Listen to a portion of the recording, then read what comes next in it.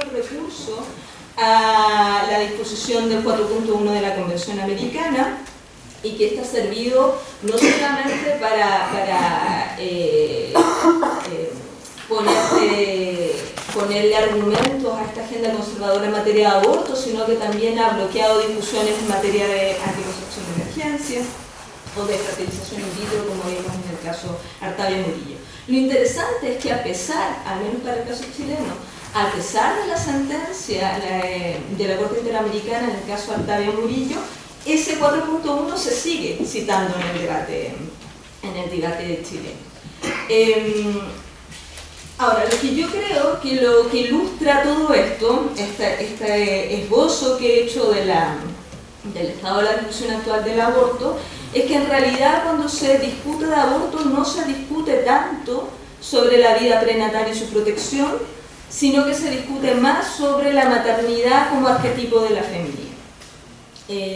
Y esto, si uno lo piensa bien, puede argumentarse fácilmente si uno hace una reconstrucción histórica de la práctica del aborto. Esta ha sido una práctica socialmente disimulada desde siempre, ha oscilado entre la clandestinidad propiamente tal y la práctica discreta. ¿Por qué? Porque el aborto, incluso para quienes no son feministas, este hecho no pasa desapercibido, que es un poder paradigmáticamente femenino. Es un poder potente, porque es el poder de reproducción de la especie humana. Y entonces se ha situado, para utilizar una fórmula de Bourdieu, entre el orden del oficial, dotado de un carácter público solemne, y el orden del oficioso, ¿no? Y esta distinción me parece que permite comprender mejor la discusión que se ha dado en Chile sobre la penalización versus la legalización.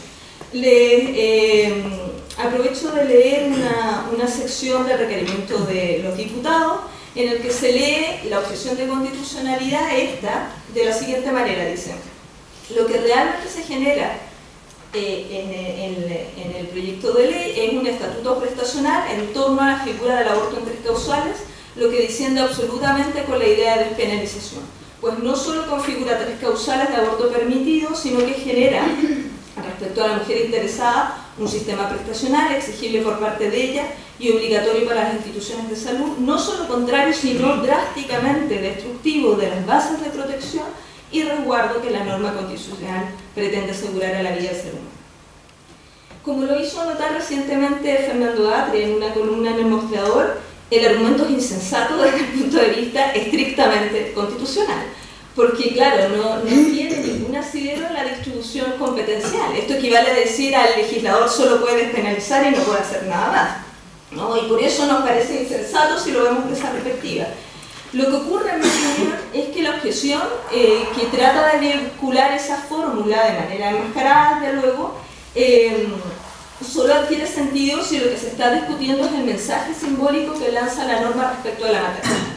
Y ahí no es lo mismo decir que algo está penalizado, porque al decir que algo está penalizado solo se reconoce una permisión excepcional de la conducta, que decir que algo está legalizado y que da origen a una prestación correlativa. Y entonces eso corre los márgenes de la autonomía y empieza a reconstruir la idea de maternidad como un proyecto posiblemente no querido por la mujer. Y es ahí donde está el riesgo, en mi opinión, y curiosamente esa es la objeción de constitucionalidad en el fondo, me parece a mí. ¿Por qué digo que esto es lo que se discute no solo aquí, sino en general en el derecho comparado? Porque si uno mira bien las discusiones sobre el aborto, descubre que los conflictos jurídicos relativos al aborto se presentan a sí mismos habitualmente como disputas que pivotan alternativa o complementariamente sobre otros ejes basales, distintos a la cuestión de la maternidad, ¿no? Gracias. El valor moral de la vida, desde luego un clásico, las posiciones conservadoras, pero las posiciones más progresistas, entendiendo por esta las que promueven la despenalización o las que las han promovido, se invocan otras cuestiones como la salud pública, la cuestión social, de clase, por ejemplo, en posiciones no feministas a favor de la despenalización. se habla de la desigualdad económica, de la criminalización aguda, etc. Con esto no estoy diciendo que esto no exista, solo que me llama la atención que esto sea el enfoque, o esto que analice la discusión y no necesariamente la discusión sobre la autonomía de las mujeres. Y todo esto me parece que resulta enmascarado por la alta presencia de razonamientos ponderativos en la actualidad. A diferencia de lo ocurrido en la década de los 70, y esto se ha dicho mucho a propósito del análisis de la jurisprudencia norteamericana, que se construía la discusión sobre el aborto como una discusión de absolutos, ¿no?, entre la vida y los derechos de las mujeres. Hoy día el lenguaje de la ponderación tiende a enmascarar lo que se está discutiendo, y tiende a generar la sensación de que se discute fuera de las apreciaciones valóricas, como si esto fuera un análisis meramente matemático, cuando lo propio del juicio de ponderación es precisamente presuponer las preconcepciones del intérprete. Y esto es importante por lo que ustedes ya conocen, ¿no?, porque la norma constitucional es ambigua, porque se le puede atribuir significado sin demasiados cierres o sin demasiadas clausuras semánticas, etc. Y entonces esto es el perfecto caldo de cultivo, y voy terminando, para que ingresen las narrativas sobre la feminidad, ¿no? Y esas narrativas sobre la feminidad están asociadas a la construcción del cuerpo femenino y vertebran una metanarrativa. Voy a hacer algunos guiños para ir terminando. En los debates sobre el aborto es usual encontrarse con figuras arquetípicas, ¿no? La figura arquetípica del neonato y de la madre operan como espejo una de otra, ¿no? En los discursos contrarios a la despenalización, por ejemplo, el óvulo fecundado es presentado como un ser ontológicamente independiente de la madre. De ahí la idea de persona, ¿no?, que se viene discutiendo. Inclusive antes de su anidación en el útero. El concebido no nacido es inocente y frágil. Esa objeción también está en los requerimientos de constitucionalidad. Pareciera que es inocente y frágil a diferencia de la mujer, ¿no? Pareciera que este es el sentido de esa idea. La mujer que quiere abortar, es representada como una asesina, una insensible, una irresponsable o una promiscua, ¿no? Todas las discusiones se han ido corriendo según la causal, ¿no? Por ejemplo, en el requerimiento de diputados se lee lo siguiente: el aborto se define como una acción directamente matadora, maliciosa, únicamente preocupada por los derechos de la madre, los que a su vez, según los requirientes en ambos escritos, se configura como un absoluto. Serían los derechos de la madre, según la tesis que suscriben esos dos requerimientos, los que se configurarían como absoluto y no necesariamente los derechos del neonato. Para ir terminando, porque ya estoy en tiempo, una de las características, como decía al principio de mi intervención, de la actual regulación del aborto, y eso también está en el diseño chileno, es cierta prevalencia de reglas procedimentales en la manera de construir las hipótesis. Y esto, lo que quiero decir es que esas regulaciones no precisan exactamente qué está prohibido y qué está permitido, sino que se empodera a otros, y esos otros son habitualmente médicos, y eso, por eso hago referencia también al proyecto chileno. Por ejemplo, en la causa de violación esto es muy claro, ¿no? Para determinar cuál es la hipótesis entonces en la que se puede interrumpir el embarazo. Esta técnica ha generado un caldo de cultivo para discrepancias entre médicos, mujeres, entre jueces sobre cuáles son las hipótesis. Y ojo, con esto quiero terminar, y porque digo que aquí hay un dispositivo de poder saber, porque me parece que en el caso chileno la insistencia en que la causal de riesgo vital no se regule por vía de ley es también desde los propios presupuestos de quienes sostienen esta tesis contradictoria, porque si en realidad lo que está en juego en una interrupción por riesgo vital son derechos del neonato, la reserva legal obliga a que esto se regule por ley y no por lex artis. Entonces me parece que esa tesis solo se puede leer como una forma de desplazar el control a un ámbito en el que hay entonces menos pautas claras, que es el ámbito medio. Y quiero cerrar diciendo, para que no se malentienda esto, que estos regímenes de control médico operan tanto en el caso de regímenes de indicaciones, como es el que discutimos hoy día en Chile, como también en regímenes de plazo. Esto se ha visto en el caso norteamericano, en la reciente sentencia, la de este año, a principios de año de Uruguay, en que una juez denegó la posibilidad de interrumpir un embarazo a una mujer accediendo a la petición del progenitor del niño o niña en gestación,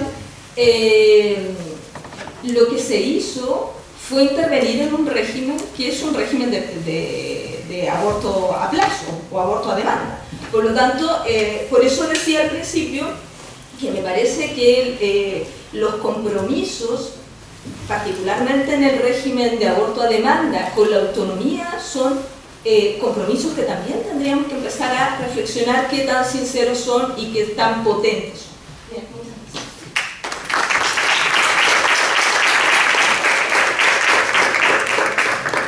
Siguiendo ahora con el orden del programa, nos presenta Cari Álvarez, Derecho a decidir, aborto y tres causales, una ante el cierre y apertura democrática. Hola a todas y a todos.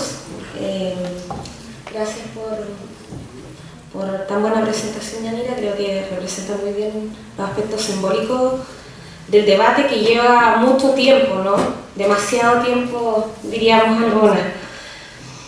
Bueno, como el tiempo es acotado, me voy a dedicar simplemente a lo que traje. Los derechos sexuales y reproductivos son derechos que abordan la soberanía sobre la sexualidad en toda su amplitud, del término y la reproducción o la no reproducción. Actualmente el sistema chileno concibe solo el ámbito de derechos reproductivos en la tipología de la planificación de familia. Sin embargo, esta categoría es más espuria cuando hablamos la familia como un fundante o un constitutivo y no de la obligatoriedad a la maternidad, que es lo que política y materialmente existe en nuestro país. De derechos sexuales ni hablar, si solo hablamos de las mujeres heterosexuales, a momentos, dentro de los sistemas de derechos sociales, eso no existe tampoco y es más bien un tema del cual se rehuye tanto en la educación preescolar, básica, media y superior. De hecho, con el tema del VIH y los preservativos lo vemos claramente, como también en el sistema sanitario. Si hablamos de la hegemonía cultural, la carencia de un contrato sexual en igualdad, por supuesto que viene de una alianza patriarcal capitalista que genera diferentes fenómenos que decantan en violencia sexual, psicológica, física y económica. Es por argumentos como los que he enunciado que quiero conflictuar con esta noción meramente individual o de libertad civil que plantea el liberalismo del derecho a decidir. No solo es una decisión sobre una individualidad, es una decisión que afecta a toda la sociedad y con mayor razón la decisión debe ser soberanía de las mujeres exclusivamente, pues somos nosotras, las únicas que sufrimos en carne y cuerpo la explotación y opresión de la alianza mortal capitalismo neoliberal y patriarcado. Liberarnos de esta explotación y opresión entonces se constituye en un aspecto básico tanto para la mejora de cada una, de cada vida, de cada mujer en el país y en el mundo, pero también para las mismas posibilidades de ser sujetas dispuestas y disponibles para las transformaciones sociales, siendo nosotras mismas sujetas que impulsen políticamente la necesidad de un país en que se desaloje el mercado y al Estado subsidiario patriarcal de las relaciones sociales reproductivas que actualmente existen. Quiero ser más clara entonces, la decisión debe ser nuestra, pero no es un tema individual, sino que constituye o destruye un sentido de sociedad, porque al no ser sujetas activas, no somos parte entonces de la sociedad y la sociedad se queda con el 50+1 por fuera. La causa del aborto libre siempre ha estado, o al menos en mis registros datan desde el MEMCH en adelante. En la revista La Nueva Mujer, distribuida entre los años 1935 y 1941, muchas veces se puso de manifiesto la necesidad del derecho a decidir sobre la reproducción. Incluso se propuso en el programa fundacional del MEMCH el mismo asunto. Para más detalles, sin ir más allá, se puede revisar con claridad en este debate, digamos, en la necesidad del control de los nacimientos, el problema del aborto y la mujer obrera, que sale en La Nueva Mujer en el año 1936, que es el año primero de esta revista. Muchos piensan que el gobierno de Salvador Allende, por otra parte, tenía aborto libre, como que esta discusión de alguna manera resitúa aquella aquellos debates de aquellos años y podría restituir algunos derechos, pero esto no es así. Muchos testimonios que se han recogido a partir de varias investigaciones sobre desmitificación del aborto en Chile, con varias académicas de la FACSO como la Irma Palma, la Alejandra Álvarez, nos hablan de que el aborto existía solo en causales terapéuticas. Sin embargo, se configuraban dos asuntos relevantes para llevar a cabo los mismos. ¿Cómo voy con el tiempo? Ya. El primero, el término terapéutico, era más bien ambiguo, lo que permitía en el Código Sanitario un ejercicio de fuerzas de equipos médicos formados en el paradigma de la medicina social. Bien saben que Salvador Allende fue formado en ello, y tomaran ciertos acuerdos tácitos de realizar aborto en toda causal, como ocurrió en el Aguirre Cerda. Esto, por supuesto, tiene que ver con las influencias sociopolíticas del momento y bajo ningún respeto con otro tipo de aspectos. Hoy día eso no ocurriría, de seguro. Y la segunda, la sociedad no tenía un rechazo, o más bien no consideraba ilegítimo el aborto, pues a mi parecer, por el devenir histórico, la clase se veía a sí misma con el problema de procrear sin tener recursos como un problema material, económico o moral. Varias sujetas en estos estudios mencionan que se hablaba de manera abierta en las familias sin ser etiquetadas por ello, cosa que hoy no ocurre. Luego, con la instauración de una nueva política económica social, el proyecto de Chile neoliberal se preocupó de que la subordinación económica abriera grandes brechas de la explotación para configurar nuevas capas sociales que den por resultado una especialización graduada de la mano de obra e intelectual, consagrando el aborto como un fenómeno ilegítimo, al menos en lo que respecta a la cuestión constitucional, y penalizándolo en todas sus causales. Junto con ello, todo lo referido a derechos sexuales y reproductivos. Desde ahí, mujeres como Laura Rodríguez, cito mi propia tesis, hasta la actualidad en los movimientos femeninos, células, frentes, colectivas, campañas, hemos venido planteando el derecho a decidir como un horizonte táctico de lo que podríamos llamar feminismos en Chile. ¿Cómo nace el aborto en tres causales? Desde que en el año 2015 se iniciara el proceso legislativo para la despenalización del aborto en tres causales, mucha agua ha pasado debajo del puente. Este proyecto de ley fue una forma de sellar una alianza política entre aquellas mujeres concertacionistas que quedaron fuera de los círculos de poder post-plebiscito e instauración del CERNAM, hoy CERNAMED, como dique de contención y tomar parte de la demanda social por el derecho a decidir que brevemente expuse hace un momento. Soy enfática nuevamente entonces en referir que lo que ocurrió aquí fue una alianza política que pretendía extender sus brazos hacia el malestar social incubado ante la carencia de derechos para las mujeres. Es decir, como sujetas portadoras de una ciudadanía de género, pero bajo ningún respecto fue una demanda del movimiento social de mujeres y feministas que se haya depositado en un segundo periodo, en un trasnochado y votamos por ella a Michelle Bachelet, tal como no lo fue tampoco en educación superior, en desmunicipalización y carrera docente. Es entonces, en el debate que la nueva mayoría, en especial el Partido Comunista, nos quería hacer pensar que existiera correlación de fuerzas para disputar el contenido del proyecto, y admito, muchas cayeron en ella o siguen cayendo, se sitúa el mayor conflicto político y maniobra de transportación de las demandas sociales por la correa transportadora de la transición que ha habido en estos últimos 27 años en materia de derechos sexuales y reproductivos. Muchas ante la necesidad latente de asegurar la dignidad y la vida de las mujeres, que a raíz de diversos contextos se ven expuestas a poner en riesgo su vida y ser criminalizadas por realizarse un aborto, nos dispusimos a ser parte de esa coyuntura y darle cuerpo a algo que no tenía, en términos políticos y en términos de contenido. Así nuestros temas, como bien reclama Julieta Kirkwood, pasaron a ser secundarios a ser el debate edificante de una nueva moral, de un nuevo patrón hegemónico sobre la ciudadanía de las mujeres para los dominantes, y para nosotras pasó a ser fundamental en ese proyecto de país que necesitamos que emerja en derecho, en legislación, en teoría crítica del derecho, pero sobre todo política y socialmente. El problema progresivo y el avance, voy a caracterizar un poco sobre el problema del avance progresivo y la pugna por emerger. Guille menciona algo con lo que estoy muy de acuerdo, y es que viendo la utopía socialista hacemos asuntos que la izquierda nunca estaría dispuesta a aceptar el mérito de que se vaya de a poco avanzando. El tema es que si esto no ocurre radicalmente, el proceso jamás lo veremos que ocurrirá como lo pensamos en el momento revolucionario. La transición ha estado llena de estos argumentos.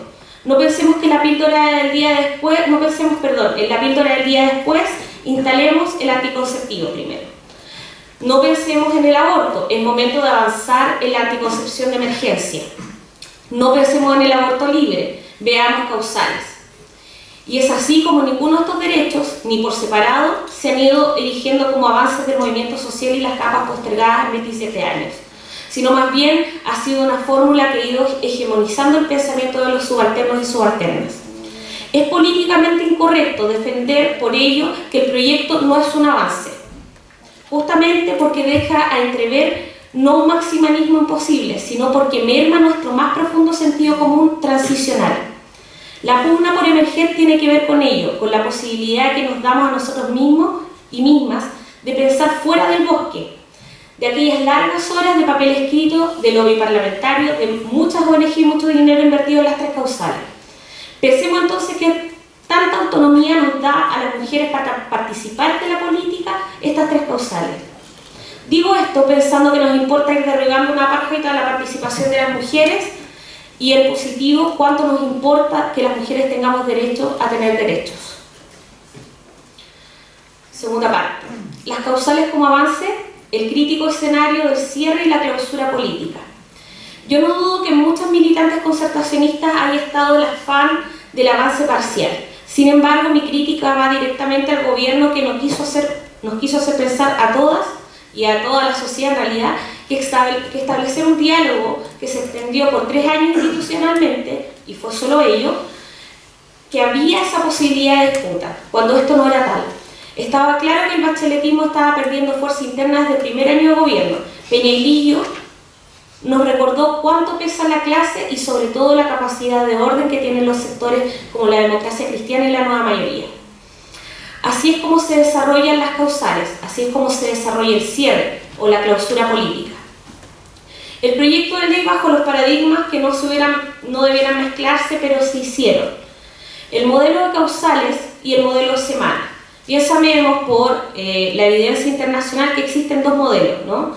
Está el modelo de causales, que bien lo representó la Yanira, en donde se restringen ciertas causales en algunos países, y por otra parte está el modelo de semana.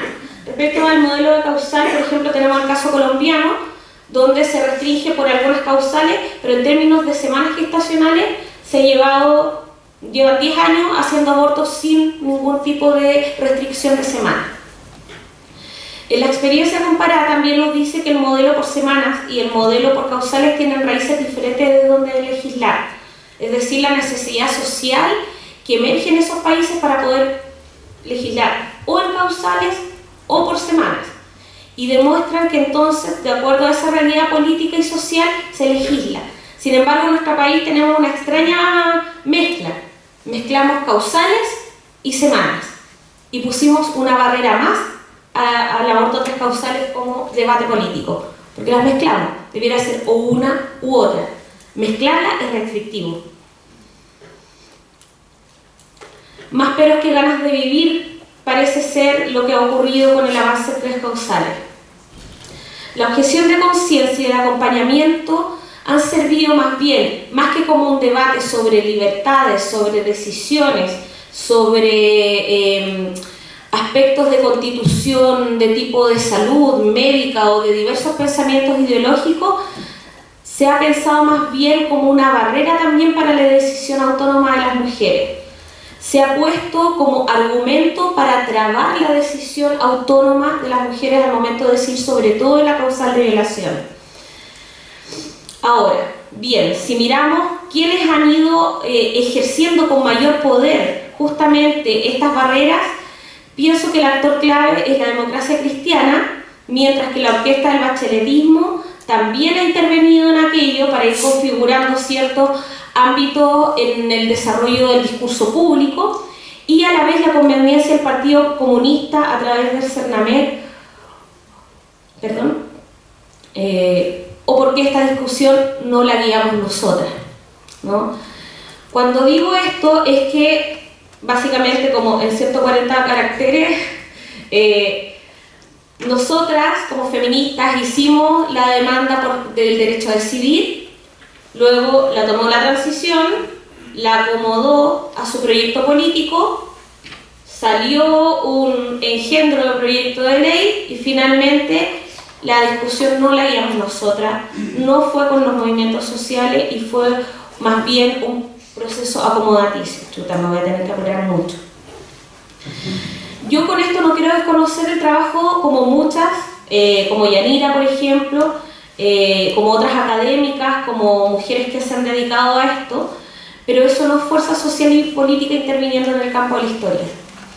Jaime Baza, que está acá, voy a tomar algunas palabras tuyas, menciona que en el TC la actuación de fuerzas es de 6-4 a favor de Chile Vamos, tribunal con carácter político, el cual el gobierno a través de los Ministerios de Justicia e Interior operó de forma muy errática, de modo tal que presentó 3 candidatos distintos: Juan Carlos Ferrada, Eduardo Sepúlveda Crearar y Humberto Nogueira Alcalá. 3 candidatos distintos, y luego de varios empates Vázquez fue electo por balota. Aunque pienso que esto no fue desorganización de amateurismo, como ya un poco discutiendo con tu columna, Jaime, sino que más bien es una incapacidad de ordenar un proyecto bacheletista al interior de la nueva mayoría. Este es un reflejo más. Este error gravísimo hace que básicamente, como dice Silvio Rodríguez, pongamos lucecitas montadas para escena. El aborto libre o derecho sexual y reproductivo, derechos sociales como tesis de apertura. Quiero empezar por un aporte crítico al debate de algunas generaciones feministas llamada la apertura cultural, primero en términos tácticos y luego en términos políticos. Tácticamente yo adhiero a lo que Gramsci menciona respecto del avance en diferentes estructuras. Las transformaciones culturales anteceden a las actuaciones políticas. Tomen la cultura, nos decía, y luego vendrá por añadidura. Sin embargo, Gramsci no se refería a la cultura de la entelequia ciudadanista, sino a la destrucción de los valores pilares de la cultura hegemónica de los dominantes, y eso se hace, organizando un bloque histórico. En tanto la política, el Estado, los gobiernos, los partidos y la organización de la sociedad no van desarticulados en la lucha contrahegemónica. En ese sentido, entender los derechos sociales como parte de una dialéctica entre clase y género, sin interseccionalidad, es comprender las condiciones en las que las mujeres no podemos decidir cómo trabajar, cómo generar condiciones para la participación social y política, ni podemos decidir sobre nuestro tiempo de desempeño en el mundo. Menos pensar un futuro si existe una obligatoriedad a la maternidad. Los derechos sociales, es decir, que van de satisfacción de las necesidades sociales, nos deben permitir abrir una ventana para establecer aquella posibilidad que la promesa incumplida de la modernidad dejó. Quería hablar sobre el establecimiento de nuevos clivajes, pero no voy a alcanzar, entendiendo que tengo una crítica enorme a cómo se han producido los clivajes de la transición respecto a aborto libre, aborto por causales. Ese clivaje está errado y si queremos continuar con el debate hay que construir nuevos clivajes. Quizás en alguna pregunta pueda conversarlo. Y para terminar, voy a hacer las conclusiones. Derechos sociales de las mujeres, pienso igual democracia. Una propuesta no acomodaticia. Como ya dije que en el seminario sobre derechos sociales organizado por FEUACH y Comité Jurídico de Construir, los derechos sociales de las mujeres tienen el mismo sentido en la actualidad, o tal vez siempre dirían algunas autoras, activistas y feministas en todo el globo, pues se visibiliza el modo a través del cual nos insertamos en el, comillas, mundo del trabajo, en la especificidad del neoliberalismo chileno. Para ser más clara, por un lado se nos visibiliza como trabajadoras con argumentos sostenidos de manera patriarcal, posibilidad de maternidad como fiasco para el empresariado del Estado, o menor capacidad o calidad de trabajo por la formación en ciertas áreas, y por otro se nos niega porque en un porcentaje no menor, más bien en la totalidad de los hogares, la principal sujeta encargada de la reproducción social humana somos nosotras. Podría hablar del carácter mercantil, pero voy a avanzar un poco. Propongo entonces, para finalizar, el hecho que el diagnóstico y el encuadre político histórico de los derechos sociales de las mujeres deben entenderse como aquellos que surgen a causa de la posición que asumimos las mujeres en la sociedad, en la estructura social del capitalismo neoliberal. Las sujetas entonces tanto dueña de casa, que la que demanda es protección y aislamiento social, que provoca una labor indeterminada en los horarios y cargas, casi como una esclavitud o más bien una explotación, pero también somos las mujeres asalariadas tanto en funciones domésticas como en las funciones propias de servicio y manufactura. Justamente esta doble jornada multirol en el Chile liberal son las que nos tienen sin posibilidades de actuación en la política. Por eso el aborto es tan importante como derecho social. Es entonces que el derecho a decidir sobre la reproducción es la clase fundamental de los derechos sociales de las mujeres. Muchas gracias.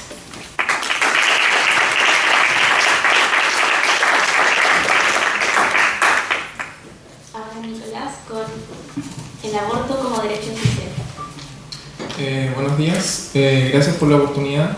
Antes de comenzar quisiera hacer una pequeña confesión. Creo que cometí un acto un poco temerario porque ayer, conversando con el profesor Juan Pablo, me recomendó un texto de él que encontré estupendo que analiza este tema, y ahí encontré un argumento sobre la estructura de los derechos subjetivos que decidí incluir ahí.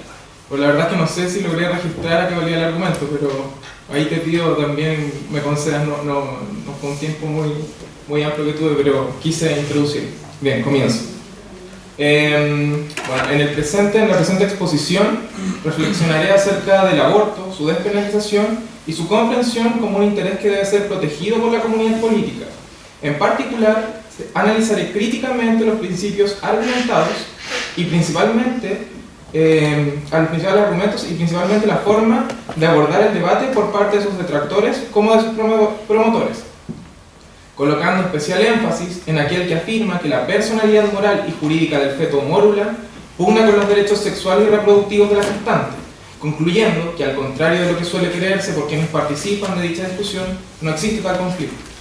No obstante, no solo la moralidad y constitucionalidad del aborto se colocarán en entredicho en estas líneas, sino también las consecuencias que trae consigo su prohibición, desde el sesgo de clase en detrimento de las mujeres pertenecientes a las clases más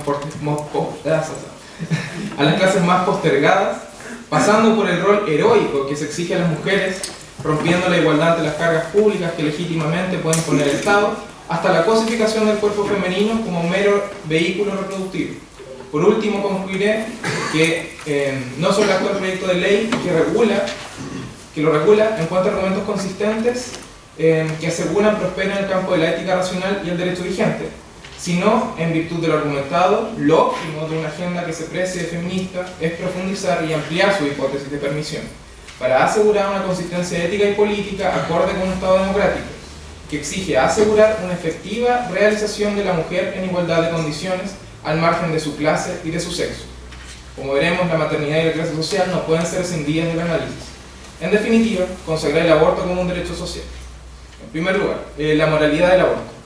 Las dos formas en que típicamente suele abordarse la cuestión sobre la moralidad del aborto es, uno, ante el desacuerdo existente ante el estatus moral de Nachiturus, delimitar hasta qué punto el Estado puede imponer deberes a sus miembros, o bien, una segunda forma de argumentar, cuando principia la vida, en tanto haya condición de posibilidad a la titularidad del derecho a la vida, del que gozan todos los seres humanos y por tanto oponible a los derechos sexuales y reproductivos de la gestante. Y entonces, lo que se debe definir es cuál de esos derechos en conflicto debe prosperar. La primera forma suele ser el terreno sobre el cual la discusión en clave liberal contemporánea se desarrolla.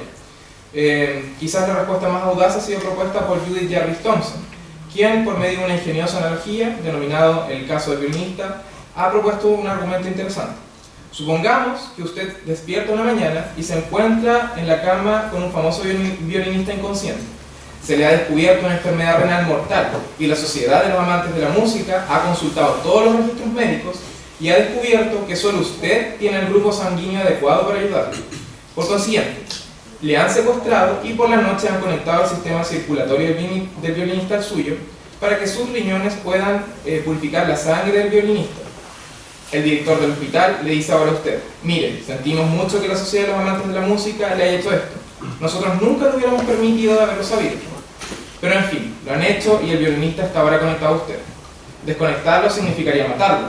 De todos modos, no se preocupe, solo es por 9 meses. Para entonces se habrá recuperado y su enfermedad podrá ser desconectado y usted no correrá ningún peligro. La pregunta es clara: ¿nos encontramos obligados a estar conectados al violinista? Pareciera que no. Así, Thomson articula su argumento a favor de la permisibilidad del aborto. En el fondo, el Estado no puede obligar a actos supererogatorios. También sería un gesto, aunque sería un gesto heroico de quien pretenda obrar de esa manera, muy loable por supuesto, pero no obligatorio.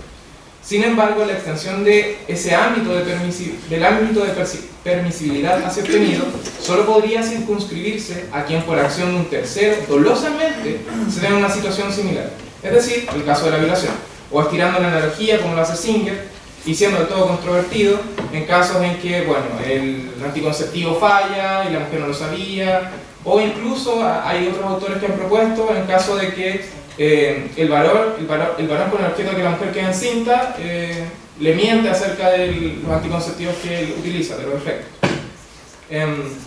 Descartando la argumentación anterior por resultar del todo insatisfactoria, sigamos con la que sigue.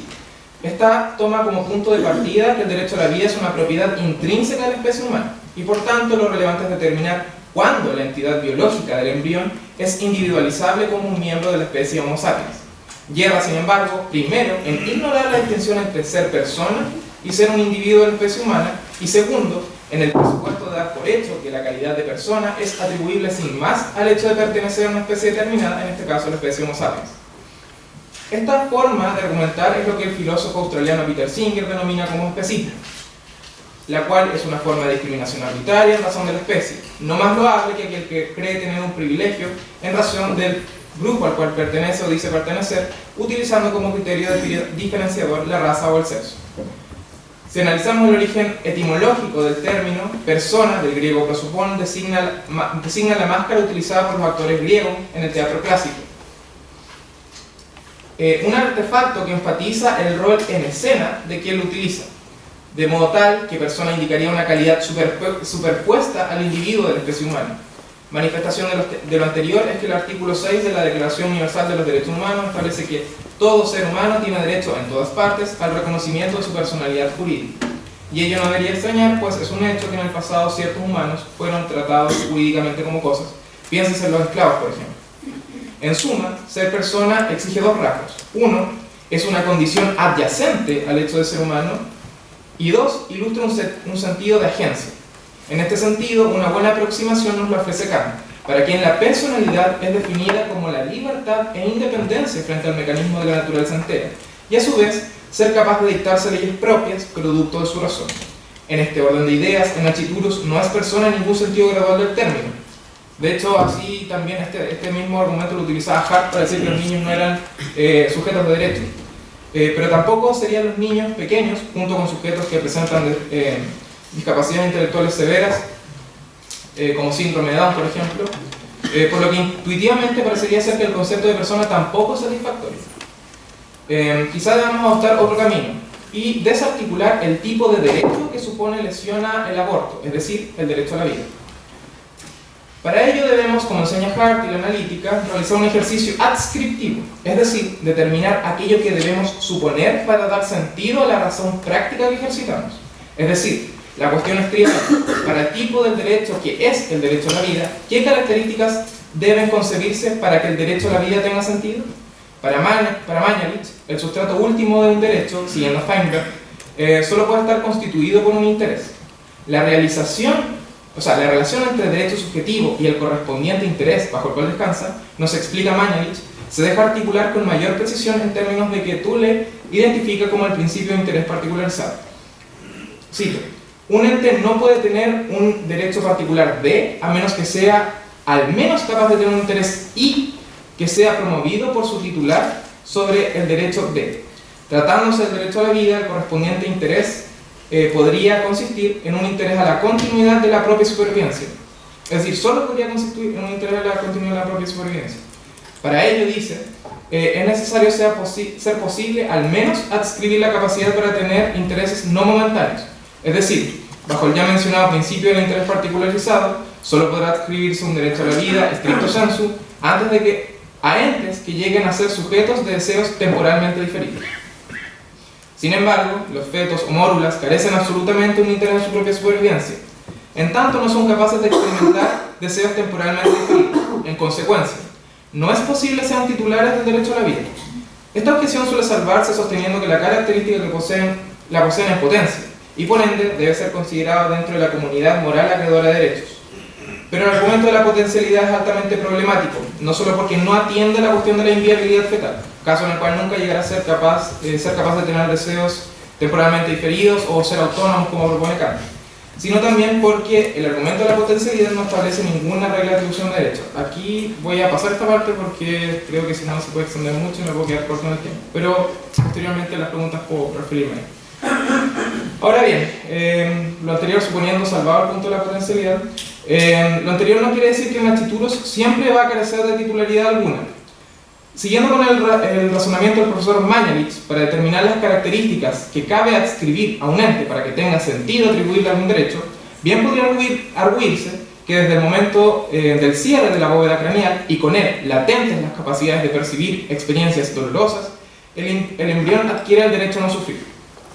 En ese sentido, aparecería una suerte de tercera figura, la cual no es ni persona ni cosa, pero sí titular de un derecho, en un sentido moral. Y aquí podríamos incluirlo dentro de la categoría que algunos autores europeos quieren adscribir a los animales no humanos, que es la de sintiente. Si quieren también después podemos volver sobre eso. Desde luego, esto no implicaría que no pueda ser abortado, sino solamente que la condición para que ello sea llevado a cabo es que no se le cause dolor en el proceso. Ahora bien, en cuanto a la personalidad jurídica, siguiendo la tradición del digesto, el Código Civil es claro. En el título segundo relativo al principio y fin de la existencia de las personas naturales, dispone en su artículo 74, la existencia legal de toda persona principia al nacer. Esto es gracias. Esto es al separarse completamente de la madre, es decir, la condición de persona principia con el nacimiento, cumplido sea que la criatura sobreviva a la separación de la madre un momento siquiera. Conforme a lo anterior, la Constitución da un tratamiento distinto a las personas respecto del que está por nacer. Pues el encabezado del artículo 19, numeral 1, establece: la Constitución asegura a todas las personas, cuya existencia, como vimos, principia al nacer, el derecho a la vida y a la integridad física y psíquica. Por tanto, es claro que en lo que refiere al derecho a la vida, las personas son titulares del mismo. Sin embargo, en lo que respecta al nachitulus, el artículo 19, número 1, inciso segundo, se limita a establecer: la ley protege la vida del que está por nacer. Por tanto, el constituyente distingue entre los derechos de la persona y el nachitulus, reconociendo al primero el derecho a la vida y al segundo el deber del legislador de determinar un estatuto legal que procure su protección, pero sin determinar la forma específica que debe adquirir dicho estatuto ni reconociendo derecho específico alguno. Más bien, pareciera ser que ni siquiera lo trata como sujeto de derecho. Así las cosas, no siendo el feto una persona en sentido moral y jurídico, es legítimo y moralmente defendible que el legislador permita el aborto. Y no solo las causales contempladas en el proyecto, sino a todo evento antes del nacimiento. Ahora bien, ¿es esto deseable? Cabe preguntarse. El informe anual de los derechos humanos en Chile es lacónico al establecer que la penalización del aborto es una violación a los derechos humanos de la mujer. Este trabajo revela a través del testimonio de mujeres la dramática experiencia que deben padecer en un escenario total restricción. Así relata el miedo a sufrir, una complicación, pueda tener efectos permanentes, o el miedo a la muerte, la culpa por haber cometido un acto perverso, el miedo a ser vulneradas en su integridad sexual mientras se encuentran bajo los efectos soporíferos de la anestesia, y así un largo etcétera que crece en cuanto permite el imaginario. En esa tierra hay nadie que el aborto clandestino. Con esto resulta preguntarse: ¿responde el actual proyecto de ley en alguna medida a los agravios que denuncia el informe? Pues sí, en alguna medida, pero está lejos de ser satisfactorio para una agenda que se precie mínimamente de feminista. Y esto no solo porque, como resulta evidente, el hecho de que la penalización general del aborto se conserve y con él su mensaje político de abortar es un acto abyecto, un crimen, sino porque la permisión absoluta tampoco es suficiente. En efecto, como agudamente advierte Robuchet, parece haber fe en que las leyes liberales prometen un acceso liberal y en que las leyes restrictivas restringen el acceso. Pero estudios empíricos muestran que esta fe es infundada. Ni la forma legislativa ni la norma constitucional determinan completamente la práctica del aborto. Las normas jurídicas formales no son necesariamente las reglas de acceso. Por tanto, los problemas relativos al aborto no acaban con su permisión, ni siquiera con el hecho de ser asegurado como una prestación social. Es necesario generar una nueva comprensión que lo desmitifique y permita liberar a la mujer de las cargas socioculturales que impone la maternidad como un destino inexorable. A mi juicio, en condiciones de reconocimiento pleno de su autonomía, y la profesora ya se pronunció algo respecto a esto, la maternidad debería ser vista como una elección que adopte la mujer en el tiempo que estime oportuno y bajo las condiciones que ella crea necesarias. Desde luego, dicha inteligibilidad no pretende negar ninguna visión o virtualidad de la mujer. Quien crea que el desarrollo pleno de su personalidad cruza por la experiencia de la maternidad tendrá tal opción, pero sin forzar a otra a adherir a tal concepto. Pero para que tal comprensión pueda ser incorporada por el derecho y dar vigor y sustancia a la permisión, es necesario introducir la lógica de los derechos sociales. El aborto como un derecho social. La doctrina clásica reza que los derechos sociales serían prestaciones sociales a las que el Estado se compromete a prestar a quienes no pueden acceder a ellos, pero sin acción para ser exigidos. Esta visión es del todo insuficiente porque pierde de vista por qué son importantes los derechos sociales, y aquí me voy a saltar un poco la argumentación de esto. La idea que define a los derechos sociales, nos recuerda Atria, es que permite a sus miembros relacionarse respondiendo a la razón y no a sus inclinaciones. En otras palabras, porque dentro de ella pueden actuar no ya mirando su interés no ya mirando exclusivamente su autointerés, sino en base a la solidaridad. La idea de solidaridad expresada comunitariamente en el lema de cada cual de acuerdo a sus capacidades, a cada cual de acuerdo a sus necesidades, es una que enfatiza la obligación comunitaria de atender al bienestar de cada uno de sus miembros. De acuerdo a esta inteligencia, la permisión del aborto se observa, por un lado, como un interés de la comunidad política en reconocer y respetar la autonomía de la mujer y con ello su disposición a asegurar sus posibilidades de desarrollo personal. Por otro, entender la maternidad como una elección personal de la mujer. Como vemos, hay una relación de derecho-deber, derecho de la mujer y deber de la sociedad. Decisión que en condiciones ideales descansa en el deseo de traer a una persona al mundo para acompañarlo en todo el proceso de su desarrollo personal, asumiendo conscientemente las cargas materiales y morales que lleva. La mujer así vista, independiente, libre de las responsabilidades maternas, con la disponibilidad para participar con cierta regularidad en el quehacer público, con posibilidades para el desarrollo de sus competencias laborales, intelectuales, artísticas y, en fin, todas aquellas que contribuyen al fortalecimiento de su personalidad, contribuyen al bienestar de la comunidad. Pero la mujer madre encuentra una serie de obstáculos en sus posibilidades de desarrollo personal definidos por las cargas familiares. Por eso la mujer embarazada y la madre proveedora han sido expulsadas de la sociedad civil, reducidas a ciudadanas de segunda clase. Por consiguiente, tratándose del aborto, debemos considerarlo no simplemente como un interés entre otros, sino como un interés que debe gozar de una especial primacía, que puede ser reclamado en cualquier conflicto de intereses como una prioridad política. Y ese enfoque solo puede ser defendido desde la óptica de los derechos sociales. Muchas gracias.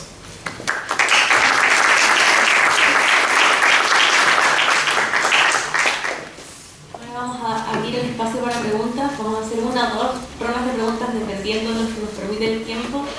Y vamos a empezar con 3 o 4 preguntas ahora.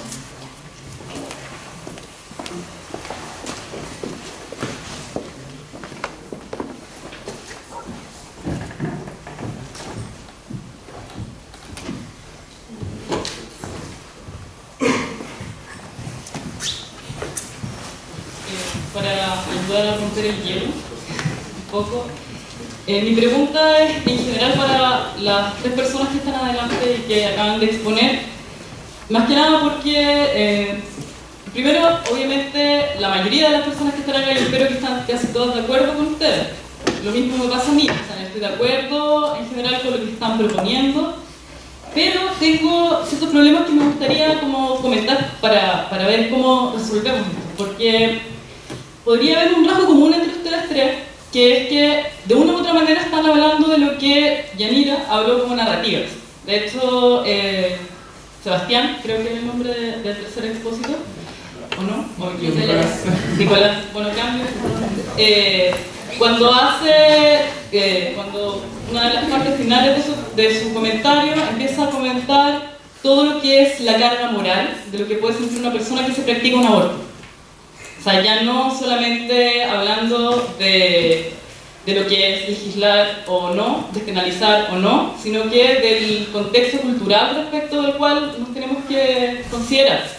Prueba de ello es que en Chile el aborto es una situación que se da muchas veces, todos lo sabemos, no hay que mentir respecto de ello.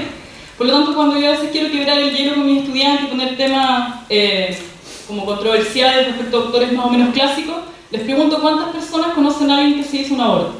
En general nadie levanta la mano, solo yo. Después de eso todo el mundo levanta la mano y me empiezan a contar. Y en general son dramas, no es como el momento como del gore y el momento del afecto, porque me cuentan puros dramas. O sea, hay gente que conoce, hay gente que estuvo tirada en el hospital, etc. O sea, hay una cierta narrativa que implica culpa, que implica todo lo que ustedes hablan. Pero, por lo tanto, a mí no me parece, o sea, en ese sentido, quiero saber cómo podríamos cambiar un poco eso, o qué propuesta tienen ustedes respecto de ello. Porque con Foucault, evidentemente, podemos leer todo lo que son estos dispositivos del saber poder, pero ¿y cómo pasamos a algo más? En algún momento, Cari dijo que había nuevos clivajes, pero todas las cosas que podrían invitar a pensar como nuevamente este asunto quedaron en suspenso en sus conferencias. Entonces, por eso les decía, o sea, en general, más me sentí como hablando de un terreno que es muy popular, que es muy consabido, que lo vemos aparecer a través de propuestas teóricas, a través de propuestas artísticas, a través de no sé, testimonios que aparecen en todas las redes sociales de mujeres que no quieren ser consideradas tabúes vivientes, etc. O sea, de eso tenemos un montón. Entonces me gustaría saber cómo pasamos a algo más que eso. O sea, o qué propuesta habría en concreto respecto de ello. O sea, considerando que estoy de acuerdo con todo lo que dijeron, que podríamos discutir matices, es un asunto político, absolutamente, hay una cuestión cultural. Entonces, ¿cómo se posiciona el derecho? ¿Cómo posicionarían ustedes que tenemos que ver esto como comunidad?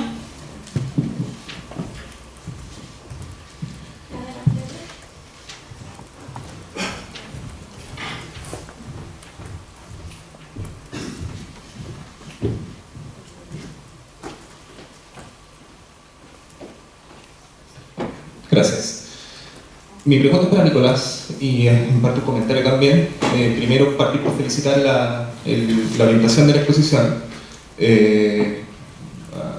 idea del aborto como derecho social es una idea que veníamos, al menos con varias personas, y presenté de parte de la Fundación Poder, veníamos trabajando desde hace un buen rato y nos sentíamos como un poco solos en eso. Entonces, tu presentación contribuye tal vez a ir ampliando esa línea de reflexión.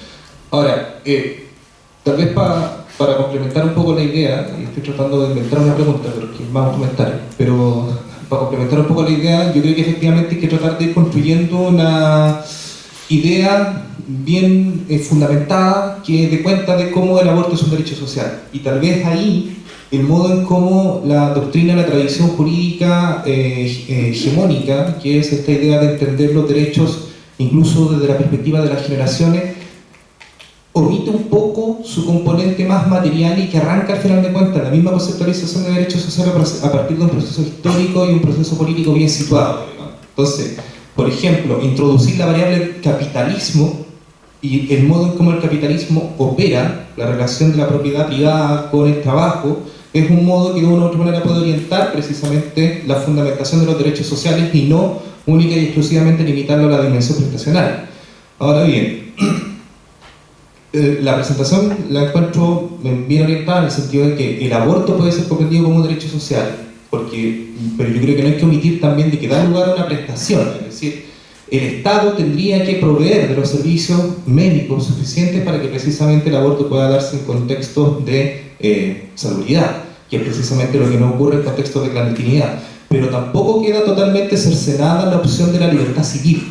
Yo creo que también hay, tal vez desde el mundo de que apostamos a transformaciones, la idea de la libertad nos suena como un poco rechazable, muy impregnada del halo liberal, pero creo que también nos tenemos que apropiar de ese terreno, y en ese sentido el derecho a decidir de la mujer sobre la reproducción es precisamente la dimensión de libertad civil, pero desde el punto de vista de derecho social. Primero su fundamentación arranca tal vez, y habría que explorarla en cómo el proceso del capitalismo actual lo produce, y en segundo lugar también da lugar a una dimensión prestacional que hoy día no está, por ejemplo, en el proyecto de ley. Lo que planteaba Yanira en un comienzo daba a entender de que el modo en cómo se presentan los requerimientos es como si ellos quisieran que solamente se despenalizara, pero no se legalizara que continuara la clandestinidad, que no existiera ningún tipo de prestación estatal a ese respecto. Y eso no hacerse cargo del problema social, finalmente. Entonces, la pregunta, Nicolás, ¿tú crees que el aborto puede ser entendido como un derecho social más hoy en el contexto del capitalismo neoliberal, o siempre uno puede haber encontrado una fundamentación para decir que el aborto es un derecho social en todos los momentos capitalistas, digamos? Eso.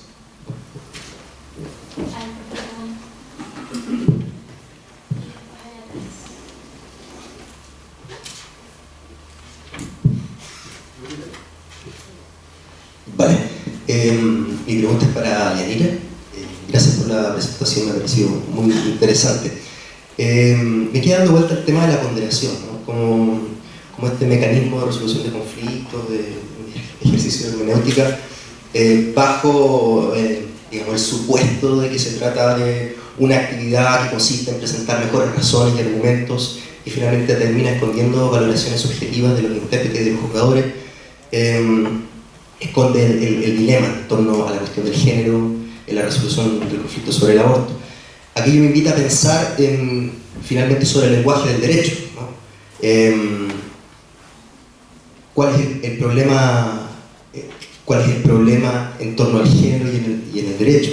Si la ponderación es una muestra, por ejemplo, de esa limitación y que es difícil dar buenas argumentaciones o buenas razones sobre un campo discursivo que al parecer estaría dominado por hombres, un desafío más allá, ¿no?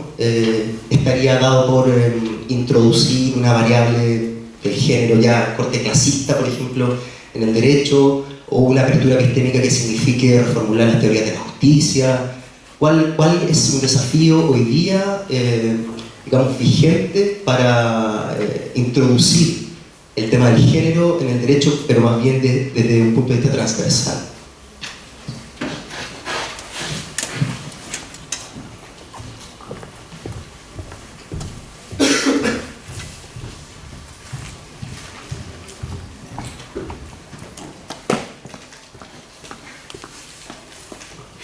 Gracias. Mi comentario o pregunta es para Cari. Yo creo que tu presentación tuvo un interesante relato sobre la historia digamos, del movimiento de mujeres en Chile, desde el MENCH, como el movimiento por la emancipación de las mujeres en Chile, como un cierto hito fundacional y como un cierto proyecto que intentó constituir a la mujer en un sujeto político en Chile, hasta llegar al bacheletismo, que también es parte de esa historia. Y respecto al bacheletismo me interesaría saber tu opinión respecto a un argumento que ha ocupado Fernando Atria respecto a otras cosas. Fernando Atria dice que en algún sentido, y esto lo hizo un poco respecto a la concertación y su actuar en el plano económico-político, Fernando Atria plantea que uno tiene que evaluar políticamente digamos, las cualidades o propiedades de un momento político en función de aquello que hizo posible después, y que en retrospectiva uno puede ver en algún momento algo que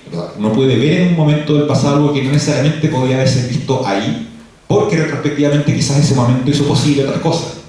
Entonces me gustaría saber, y esto lo digo con toda claridad desde una posición personal, no personal, política, crítica del bacheletismo yo también, y proceso que comparto contigo, pero me gustaría entonces invitarte a pensar si tú crees que el proyecto de Tres Causales o la presencia del bacheletismo y de Bachelet como mujer en la política chilena van a crear posibilidades para un nuevo ciclo en que la mujer se pueda constituir como un sujeto político en Chile, o si tú crees que esa posibilidad está cerrada desde ya.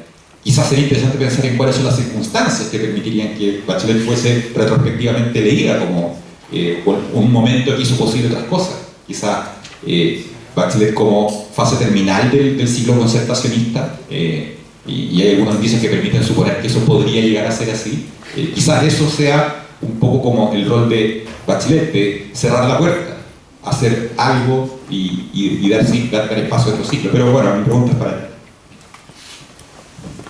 Bien. Si procedemos a las respuestas, quizás en el mismo orden que se presentaron las presentaciones. Bien, gracias. La primera pregunta es la pregunta del millón, ¿no?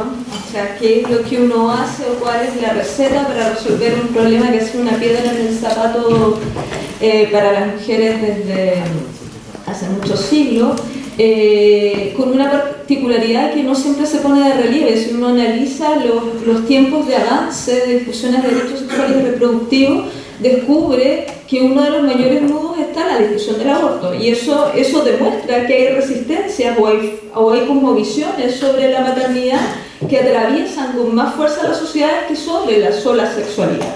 Y entonces, claro, la pregunta para el derecho sería cómo romper esa resistencia. Yo siempre creo que para los juristas sería mucho mejor si nosotros sinceráramos el debate.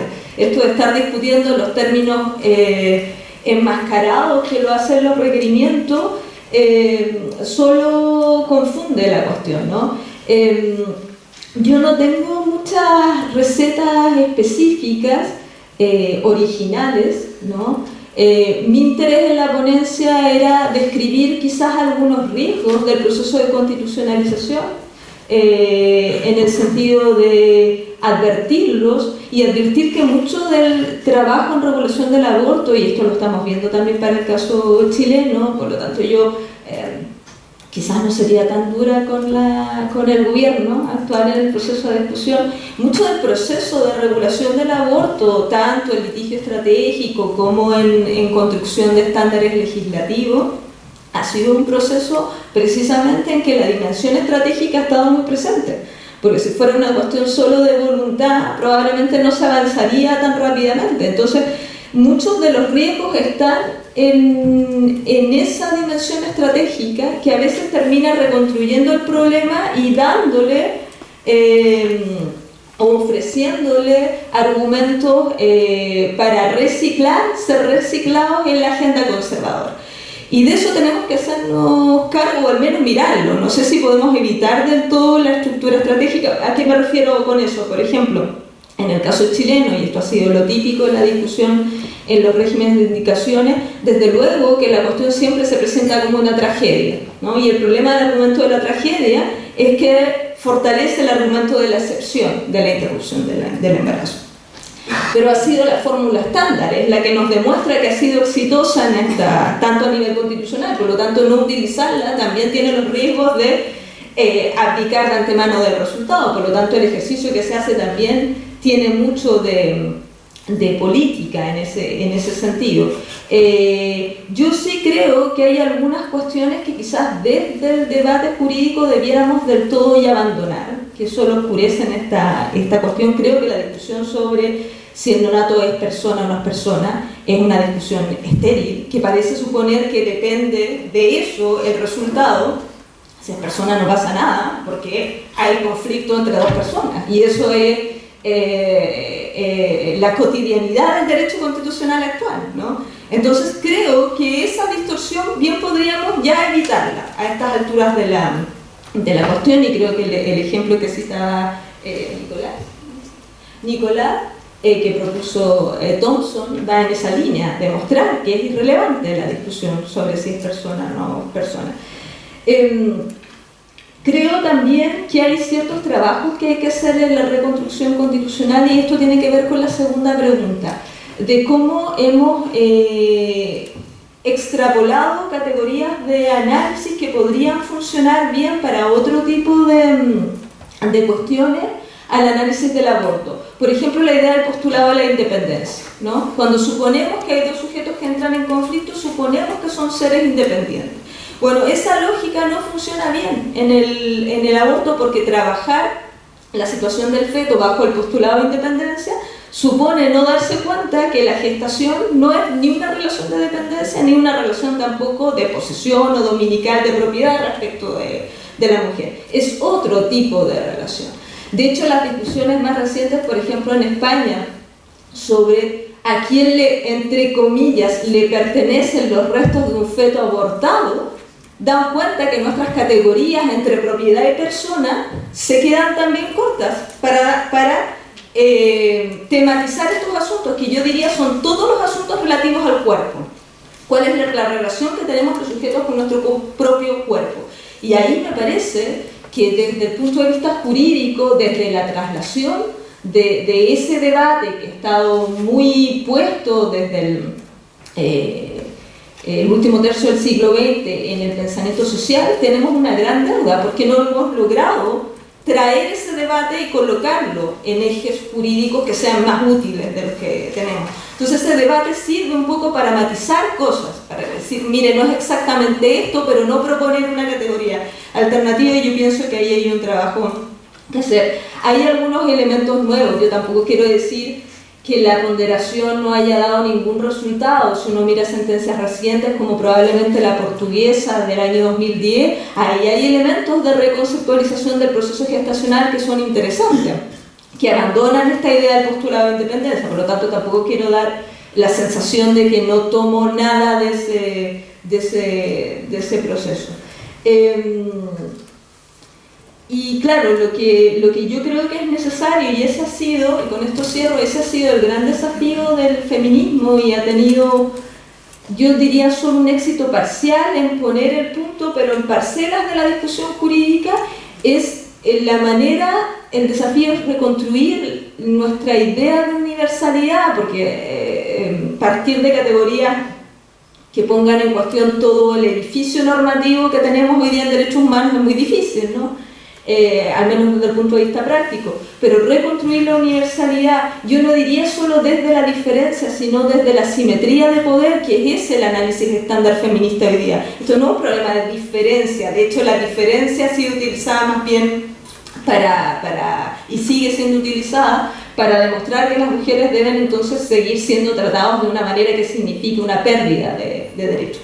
Entonces la cuestión es cómo insertamos el poder. ¿Por qué digo que el feminismo ha sido parcialmente exitoso en eso? Porque lo he insertado fuerte en discusiones como democracia paritaria, ¿no? Pero le ha costado, porque es un problema de orden social, por lo que se decía aquí, porque me recordaba también la primera intervención, porque las cuestiones del aborto están atravesadas socialmente por la hipocresía, ¿no? Y entonces preferimos que se produzca en la clandestinidad, asumir que se produce oficialmente. Entonces, claro, hay menos espacio, creo yo, para insertar esa línea de análisis, más allá del esfuerzo que sí ha habido en el ámbito feminista. Por último, me parece interesante rescatarlo como tendencia, habría que explorar sus posibilidades luego prácticas y sus riesgos. Hoy día hay discusiones en Europa, particularmente en Reino Unido, sobre la posibilidad de sacar del control hospitalario la cuestión de la interrupción del embarazo a través del aborto medicamentoso temprano, lo que se está haciendo en Chile cotidianamente a través del misotrón. Es decir, evitar, controlar eso, además desde una perspectiva de movilización de mujeres que lo simbolizan como una fórmula también de sororidad, como es una expresión que se utiliza mucho en el lenguaje feminista, es decir, de permitir redes entre mujeres en un espacio no tutelado, como una verdadera autonomía, que es lo que tampoco se produce tan claramente en los hospitales. Entonces, ahí pueden haber, por el avance científico, otras fórmulas de resolver el conflicto que lo saquen ya de los tribunales, que lo saquen ya del control hospitalario. Y creo que hay que evaluarlas también en el debate chileno próximo. Ya. A ver, estas preguntas siempre son difíciles de abordar. Yo, además de ser parte de una fundación, soy candidata parlamentaria por acá por la región, entonces voy a tratar de no hacer de mi palabra el programa de candidatura, y restringirme a tu pregunta. Bueno, cuando yo hablaba de los nuevos clivajes, que no es lo que no pude tratar, no hablo solamente de una suspensión en el tiempo teórico y por lo tanto planteo nuevas formas de decir las cosas, entendiendo que eso soluciona de alguna forma el debate. Más bien yo hablo de clivajes que deben ser practicados en la sociedad, en la política, en las organizaciones sociales, como parte del debate, como parte de las soluciones, como parte de los nudos y las tensiones, ¿no?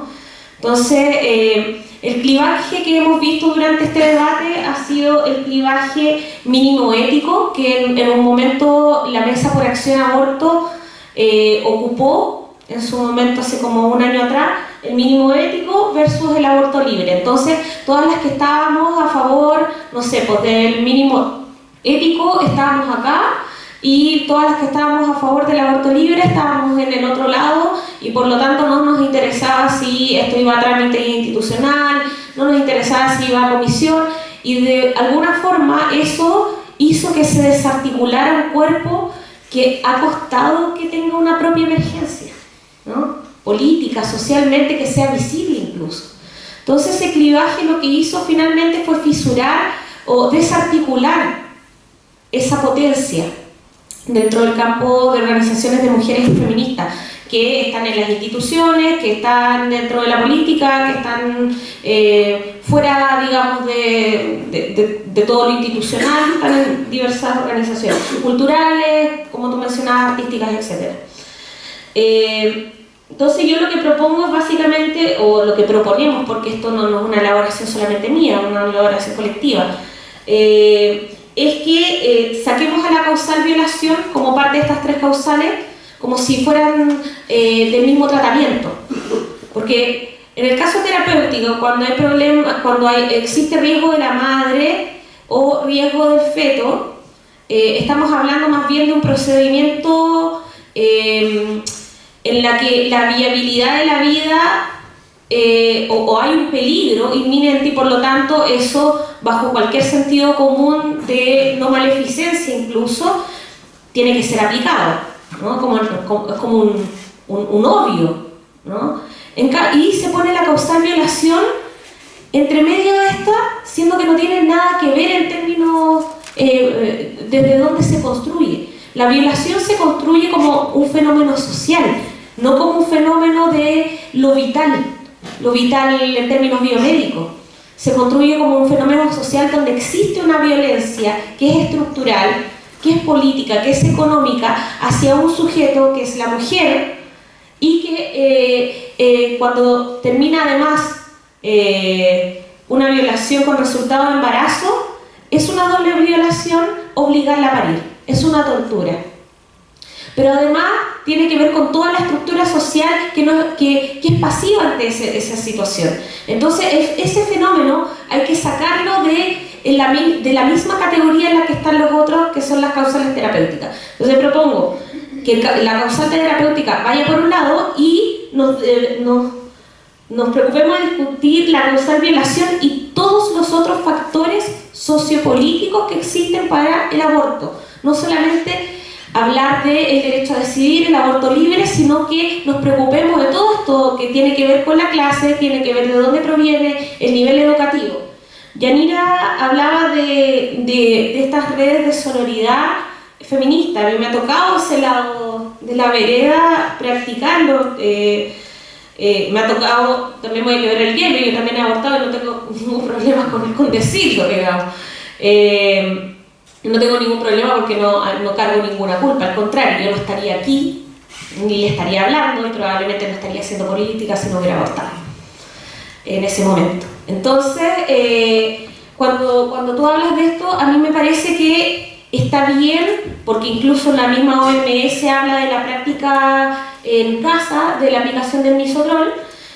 Sin embargo, el misoprol, yo también fui parte de una investigación que se hizo nacionalmente con una fundación de mujeres sobre aborto, y lo menos que se ocupa en las clases más bajas, en los campamentos, en la pobreza, en alto hospicio, etcétera, etcétera, es el misoprol, es lo que menos se ocupa. O sea, ojalá se ocupa misoprol.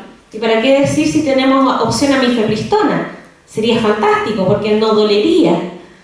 Pero lo que se ocupa realmente son cuchillos, cucharas calientes, otros cortopunzantes, palos en el vientre, o sea, hasta tirarse a sí misma de las escaleras, ¿no? Entonces, eso es lo que realmente está ocurriendo en Chile. Esa es esa clandestinidad que nos hace el aborto seguro. Por lo tanto, creo que la solución, más que, como estamos hablando de derechos y cambio social, la solución es política, generar un bloque que se adhiera más a este clivaje, que es causar violación toda esa violencia que se resignifica en nuestras cuerpos y todos los otros factores sociopolíticos, socioeconómicos que las mujeres portamos, por las cuales tenemos que abortar, en un país en donde estamos totalmente desprovistas de derechos y condiciones materiales. Eso te diría. El problema es político, por lo tanto hay que tomar acciones políticas, ¿no? Desde todos los ámbitos. Y respecto como a la pregunta de Fernando, disculpa, porque era por orden. Sí, la mujer como proyecto político, entiendo un poco tu pregunta, ¿no? El MEMT se organizó efectivamente como esta casi demanda corporativa en donde las mujeres teníamos que tener una voz de participación y que terminó en el sufragio como principal demanda, ¿no? Pero lo que no todos conocemos, digamos, es que el MEMT además articuló una serie de programas sociales y políticos en su momento que todavía son sumamente vigentes. Yo creo que Bachelet, y es súper difícil hacer esa evaluación, yo soy gramsciana, por lo tanto evaluar las generaciones anteriores, en los momentos anteriores, es sumamente difícil para mí, porque justamente Gramsci menciona que hay que evaluar en tanto la generación que vivió el momento del bloque histórico. Creo que nosotros no estamos muy fuera del bloque histórico de Bachelet, por suerte, así que puedo hacer una evaluación más o menos cercana. Yo creo que Bachelet representa un momento político de la transición que debe acabarse, que hemos denominado muchas como mujerismo. Es apoyar a las mujeres por el solo hecho de ser mujeres. Y quizá esto sea súper controversial. De hecho, con Yanira nos hemos encontrado en varios espacios discutiendo justamente en la defensa de las mujeres, donde ella me ha mencionado, bueno, yo prefiero tener una Faberselberghe, pero tener una mujer ahí, en donde yo le contesto y bueno, pero ya, Marcela Zagal, Lili Pérez, y mientras yo le digo, a mí no me sirve una mujer que no defienda a las mujeres, y no solamente en un discurso como lo hizo justamente Lili Pérez, sino que lo haga pragmáticamente todos los días, que lo haga en torno a tesis políticas que sean completas, que sean articuladoras de una nueva situación social para Chile. Entonces, básicamente mi respuesta es que creo que el modelo Bachelet está agotado. Lo he dicho así en varias presentaciones, y está agotado en cuanto a que no nos sirven mujeres en los espacios formales, en los espacios institucionales, o mujeres tomando decisiones que solamente aboguen por el hecho de ser mujer, solamente por el hecho de ser mujer tengamos que elegirla. Yo creo que tenemos que dar un avance más allá. Creo que las mujeres tenemos que avanzar hacia reconocer al feminismo como herramienta de emancipación, no solamente de nosotras, digamos, por añadidura a toda la sociedad, de abolición de la división sexual del trabajo, que es la violencia primordial, y por lo tanto generar las condiciones sociales y políticas para que sean este tipo de actuaciones, este tipo de actoría, las que preponderen, las que se pongan en pugna, ¿no? A mí me encantaría, por ejemplo, debatir acá abiertamente, digamos, en la región, con Carla, que es compañera del Frente Amplio, de la lista parlamentaria, pero que no se define propiamente feminista, pero es mujer, ¿no? Y bajo estas discusiones que tenemos dentro del mismo Frente Amplio, que todavía se está configurando como proyecto político, y esperemos llegue a configurarse, porque puede morir antes, espero que no, espero que podamos ponerle más sustancia a este proyecto. Me gustaría mucho debatir por qué seguir replicando un modelo en el cual definamos a las mujeres casi como una cuota liberal, a qué deben estar. Entonces después le ponemos como la cuota, voy a ser políticamente incorrecta, la cuota haitiana, vamos a poner la cuota, y esas discriminaciones positivas creo que son sumamente perjudiciales al momento de hablar realmente de la política existente, y es cuáles son las condiciones que tenemos en el país para poder ejercer derechos o no. Y creo que ahí las feministas tienen vasto campo avanzado en términos de elaboración política y en términos de visibilización de los problemas sociales, ¿no? Yo me siento parte de esa historia, así como generaciones anteriores también se sienten parte de esa historia. Eso, por el momento. Ahora sí. Voy a conectar la primera pregunta con la segunda que me realizaron porque creo que indefectiblemente están relacionadas. El qué hacer, para mí la pregunta es, lo que propongo es tratar el aborto como un derecho social. ¿Por qué un derecho social? Porque precisamente lo interesante que tienen los derechos sociales es que permiten introducir una lógica distinta a cómo está estructurado el derecho. Yo creo que esa es la propuesta particularmente sustantiva que ofrece la visión de Atlee sobre los derechos sociales. Y esto también da relevancia a por qué derechos sociales en el capitalismo, que es la pregunta más o menos. Porque, claro, o sea, en un sistema, un régimen jurídico donde básicamente todo está estructurado en relación a derechos subjetivos, donde mi derecho es en realidad un poder que yo tengo sobre otro, que la razón a la que obedece esa estructura es porque, claro, el otro es visto como una especie de enemigo o otro interés por el que yo disputo. Y en una forma para que nosotros podamos relacionarnos socialmente es, bueno, a través de esta estructura que propone el derecho. Pero los derechos sociales proponen algo totalmente distinto, porque en realidad separa esta relación vinculante con un otro, particularizado, a la razón que lo sustenta. O sea, lo relevante es poder entender los derechos de una forma distinta, y ni siquiera tanto en relación al sustantivo derecho, sino en relación al adjetivo. Es decir, lo relevante es que son sociales. Y de hecho yo creo que una forma distinta de hablar sobre el aborto o que debería sustentar el debate es que no es que el aborto sea la prestación, y aquí yo creo que igual se confunde. No es que yo crea que los derechos sociales no impliquen una prestación, sino que la prestación es una conclusión, pero no es lo relevante. Lo relevante es la comprensión que tenemos. Entonces, en realidad, si nosotros pensamos, la mujer debería reconocerse su autonomía, y la sociedad, porque estimamos que es importante, establece que nosotros tenemos que permitirle las posibilidades de desarrollo. La forma más óptima posible es que en realidad el aborto es una consecuencia lógica.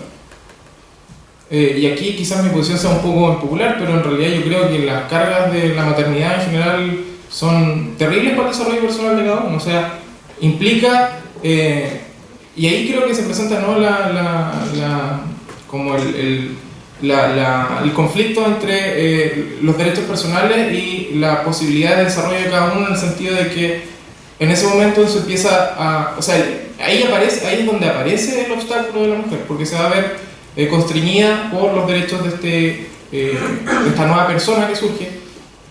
Y aquí yo quiero conectarlo con que no es posible separar la discusión de creo que estoy mezclando muchas ideas, pero quería pronunciarme respecto a esto.